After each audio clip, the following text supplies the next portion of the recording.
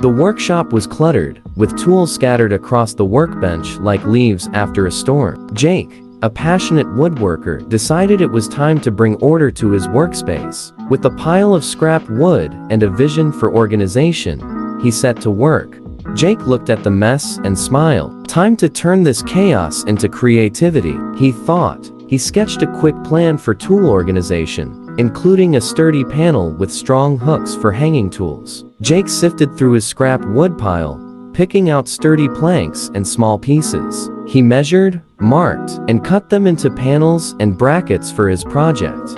Using the scrap wood, Jake assembled a wall-mounted panel. He drilled holes and attached heavy-duty hooks to hold tools securely. Each tool had its designated spot, from wrenches to screwdrivers. With everything in its place, Jake stepped back to admire his work. The tools gleamed, and the once chaotic bench was now a hub of productivity. He felt proud and inspired to take on new projects. Jake turned scrap wood into a practical and inspiring workspace. With some creativity, even leftover materials can transform your workshop into a haven of efficiency and order.